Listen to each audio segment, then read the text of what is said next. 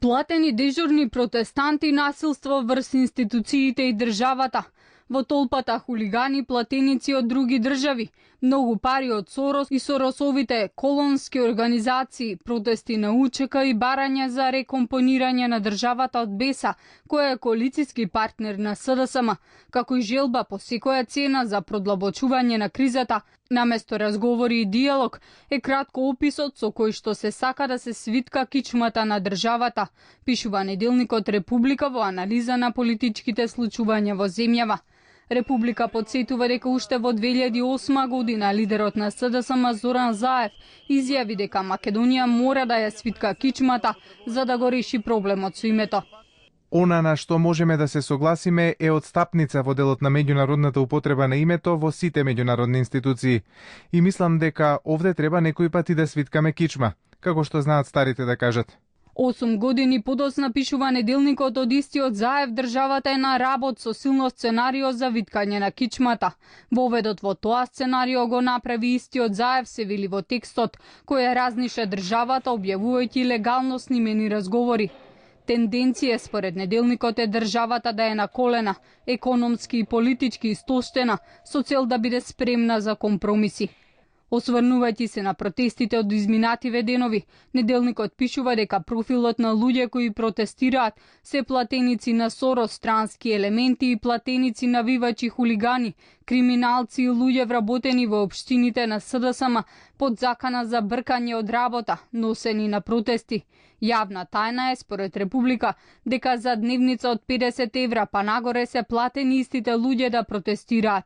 Парите, според информации на неделникот, им ги исплатјаат помал број на познати блиски бизнисмени до СДСМ и Соросовите организации. Неделникот наведува дека на протестите може да се забележат и луѓе од други држави, што укажува од каде сето ова доаѓа. Неделникот подсетува и на информациите од претходно дека белградска врска го советува Заев.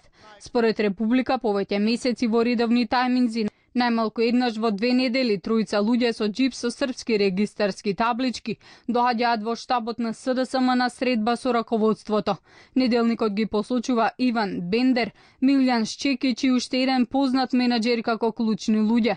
Според неделникот, тоа се луѓе од истата агенција која преку фактор Адрија Плюс пушта лажни анкети. Република анализира дека насилството и обезличувањето е главен адут на СДСМ и Сорос во недостигна програма.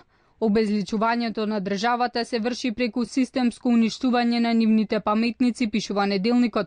За така наречената шарена револуција се крие истиот порив како и кај сите агресори кои сакаат да извршат упад и обезличување на еден народ, а тоа е да извршат неговата историја и се она што се слави, се вели во текстот на Република.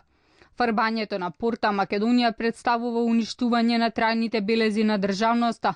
Штетите од хулиганството на СДСМ се бројат во неколку стотици илјади евра. Според неделникот, сценариото на Заев е осудено на пропаст. Народот е против виткање на кичма и федерализација. Рекомпонирање на државата е барање кое го испорача коалицискиот партнер на СДСМ БЕСА. Ова представува логичен след на сите претходни заговарања за федерализација, кои беа навестувани од Заев и првенците на СДСМ, пишува неделникот. Заев во интервју за косовска телевизија отворено зборуваше за рекомпонирање на рамковниот договор и официјализација на двојазичност. We must talk about common problems. We must go further of Ohrid framework because there is a time very prepared to be equal and to talk about a common goals because that will be fulfilled like political requirement of Albanian community in the kindergartens, in the basic schools, secondary schools. My daughter, why she learn Turkish language, for example? She will learn Albanian language together, to use it, because we are together in this society. Involvement of everyday activities, not only in public administration, fair chance for everybody must be equal for the future. Is there any chance that Albanian will become an official language in Macedonia? Do you think there's a problem with that? It's official language in Macedonia. It's but for real, in practice, I mean. In the practice, it depends of the state institution how they will implement it. Додека Љубомир Фрчковски јавно побара албанец за премиер. Тоа значи дека албанец би дошол на премиерското место циклусно на 2 години. Што со тоа? Не може да биде албанец премиер. Тоа забрането е. Според Република, последните истражувања на јавното мислење покажуваат дека народот ќе го порези сценариото на Заев. ВМРО ДПМН има повеќе од двојна предност токму како резултат од сите случувања. Граѓаните застануваат против дестабилизација и се за заштита на својата држава. 39,2% од граѓаните би го дале својот глас за ВМРО ДПМН на изборите на 5 јуни, покажаа резултатите од телефонската анкета на Институтот Димитрije Чуповски.